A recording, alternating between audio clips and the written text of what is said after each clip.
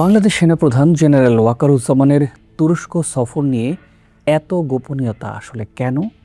কেন ঠিক এই সময়েই আঙ্কারা ঘোষণা দিল তাদের সবচাইতে আধুনিক দূরপাল্লার আকাশ প্রতিরক্ষা ব্যবস্থা বিক্রি করা হয়েছে একটি অজ্ঞাত দেশের কাছে? কেন সেই দেশের নাম এখনও প্রকাশ করা হয়নি? আর কেনই বা আন্তর্জাতিক সামরিক বিশ্লেষকদের একাংশের নজর ঘুরে ফিরে আসছে বাংলাদেশের দিকে? মাত্র কয়েক মাস আগেও বাংলাদেশের সঙ্গে তুরস্কের সম্পর্ক ছিল মূলত ড্রোন, সাজোয়াজান আর রকেট লঞ্চার ঘিরে। কিন্তু হঠাৎ করে এই ছবিটা বদলে যেতে শুরু করেছে। সেনাপ্রধান জেনারেল ওয়াকারুজ্জামানের ঐতিহাসিক তুরস্ক সফর, বায়রাক্টার TB2 ড্রোন নিয়ে অগ্রগতি, বাংলাদেশে যৌথ উৎপাদন কারখানার আলোচনা, নতুন প্রতিরক্ষা সহযোগিতা। আর এই ঠিক সেই সময়ে সামনে আসলো রহস্যময় একটা অস্ত্র রপ্তানির খবর। এটা কি শুধুই কাকতালীয়, নাকি দক্ষিণ এশিয়ার নিরাপত্তা মানচিত্রে নীরবে আঁকা হচ্ছে একটা নতুন সমীকরণের? বাংলাদেশ কি সত্যি পেতে যাচ্ছে তুরস্কের দূরপাল্লার আকাশ প্রতিরক্ষা ব্যবস্থা সাইপার, নাকি পুরো বিষয়টি শুধুই কৌশলগত একটা গুঞ্জন?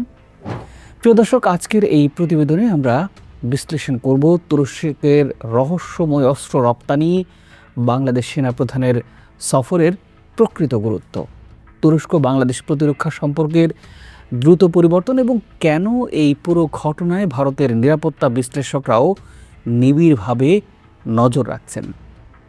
আশা করি পুরো আয়োজনে সাথেই থাকবেন।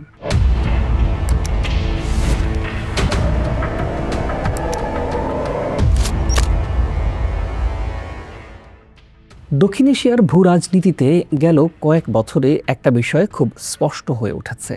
বাংলাদেশ আর শুধু অস্ত্রের ক্রেতা হয়েই থাকতে চায় না, বরং প্রতিরক্ষা প্রযুক্তি, যৌথ উৎপাদন এবং সামরিক শিল্পে নিজেদের সক্ষমতা বাড়ানোর দিকেই জোর দিচ্ছে। এই পরিবর্তনের সবচাইতে বড় অংশীদারদের একজন হয়ে উঠছে তুরস্ক।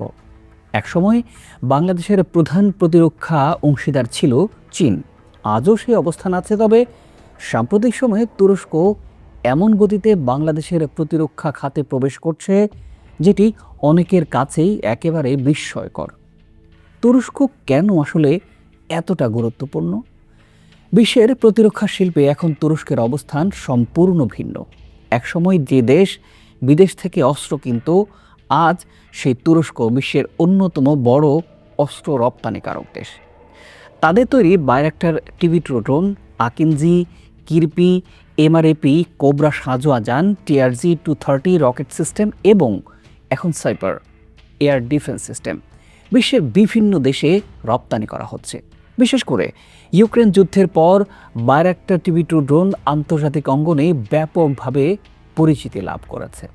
আর এরপর থেকে তুরস্কের প্রতিরক্ষা শিল্পের প্রতি বিশ্বের আগ্রহ বহুগুণ বেড়ে গেছে। প্রিয় দর্শক, বাংলাদেশ কি কিনছে?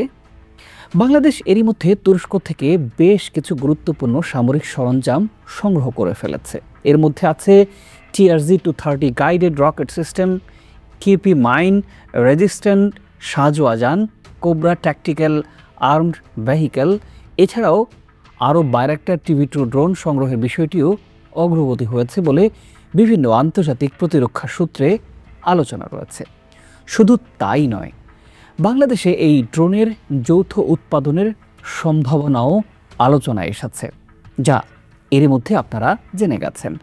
যদি সেটি সত্যি সত্যি বাস্তবায়িত হয় বাংলাদেশে, তাহলে বাংলাদেশ প্রথমবারের মতো উচ্চ প্রযুক্তির সামরিক ড্রোন উৎপাদনের সক্ষমতা অর্জনের পথে বড় পদক্ষেপ নেবে। প্রিয় দর্শক, সেনাপ্রধানের তুরস্কে যে সফর, এটি আসলে কেন এতটা গুরুত্বপূর্ণ? এই প্রেক্ষাপটেই শুরু হচ্ছে বাংলাদেশের সেনাপ্রধান জেনারেল ওয়াকারুজ্জামানের 5 দিনের তুরস্ক সফর। দায়িত্ব গ্রহণের পর এটি তার প্রথম তুরস্ক সফর। সফরের সময়সূচি অনুযায়ী তিনি তুরস্কের সামরিক নেতৃত্বের সঙ্গে বৈঠক করবেন, প্রতিরক্ষা শিল্প পরিদর্শন করবেন এবং দুদেশের সামরিক সহযোগিতা আরও গভীর করার বিষয়েও আলোচনা হবে। সাধারণ কোনো সৌজন্য সফরের তুলনায় এই সফরের গুরুত্ব অনেক বেশি বলেই মনে করছেন বিশ্লেষকরা।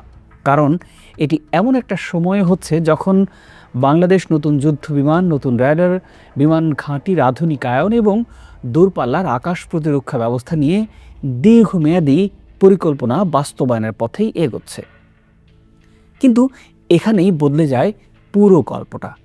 ঠিক এই সময়ে তুরস্কের প্রতিরক্ষা শিল্প কর্তৃপক্ষ ঘোষণা দিয়েছে তাদের সবচাইতে আধুনিক দীর্ঘপাল্লার আকাশ প্রতিরক্ষা ব্যবস্থা সাইপার প্রথমবারের মতো একটি বিদেশি দেশের কাছে রপ্তানি করা হয়েছে। কিন্তু আশ্চর্যের বিষয় কি জানেন? সে দেশের নামটা প্রকাশ করা হয়নি।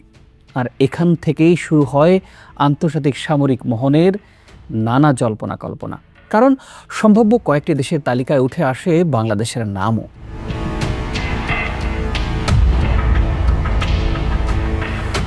তবে এখানে একটা বিষয় পরিষ্কার করে বলা দরকার। এই পর্যন্ত বাংলাদেশ সরকার কিংবা তুরস্ক কোনো পক্ষই আনুষ্ঠানিকভাবে ঘোষণা দেয়নি যে এই ক্রেতা দেশ বাংলাদেশ। অর্থাৎ এটি এখনও নিশ্চিত তথ্য নয়, বরং ওপেন সোর্স বিশ্লেষণ এবং বিভিন্ন প্রতিরক্ষা বিশ্লেষকের আলোচনায় উঠে আসা একটা সম্ভাবনার খবর।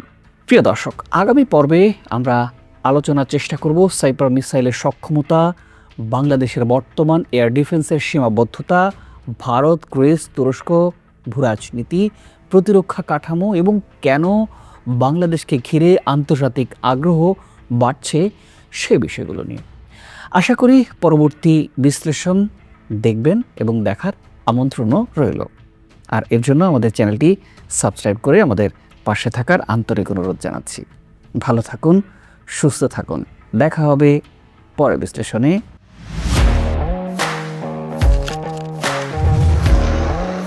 প্রফেশনাল স্টুডিও খুঁজছেন? ঢাকার প্রাইম লোকেশন নয়াপল্টনে দেশ সমাচার স্টুডিও আপনার কন্টেন্ট প্রোডাকশনের নির্ভরযোগ্য ঠিকানা। এখানে পাবেন 4K ক্যামেরায় মাল্টি অ্যাঙ্গেল রেকর্ডিং, আছে গ্রিন ও ব্ল্যাক স্ক্রিন সেটআপ, উন্নত মানের মাইক্রোফোন ও sound proof voice over booth. আপনার পছন্দ মতো স্টুডিও ডিজাইন করার সুযোগও থাকছে। Hazrat Shahjalal news content, talk show, interview বা পডকাস্ট যা কিছুই করেন এখানে পাবেন প্রফেশনাল সেটআপ আর ফুল এডিটিং সাপোর্ট। আপনার চাহিদা অনুযায়ী বুক করতে পারেন আজই। কল কিংবা হোয়াটসঅ্যাপ করুন এই নাম্বারে 017202106557। ভিজিট করুন আমাদের ওয়েবসাইট ও ফেসবুক পেজ।